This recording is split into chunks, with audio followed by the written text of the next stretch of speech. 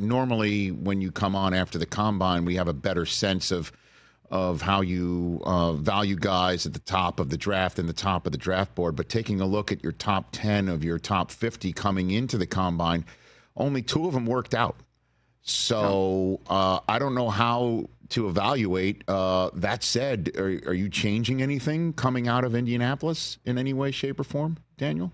There's not going to be too much changed as I look at that list right there with those players. Again, it's not much to change off of. Maybe some measurables that you didn't know.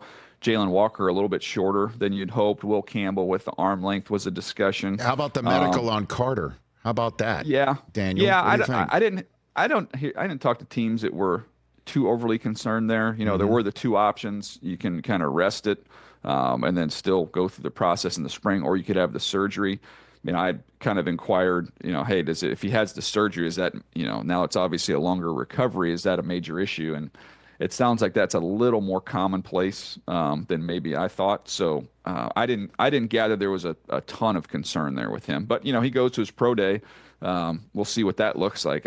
If he comes out of that looking good and feeling good, I think he's not going to move on my list. So then, what is the word that you're hearing, I guess, about the top picks and where things might land coming out of Indianapolis that might be different having come into Indianapolis? Daniel? Not a ton with the Tennessee Titans. There's not from inside Tennessee, but outside there seems to be. They would love to get out of there, and not fall too far, to stay in range of those top few prospects. And that's, teams aren't saying it, but that to me sounds like the Giants, the Giants and the Browns would be the 2 teams, maybe to try and just the little baby jump up there to the number 1 pick to get Cam Ward. But nothing really in terms of what Tennessee, where they were leaning if they were to stick and pick.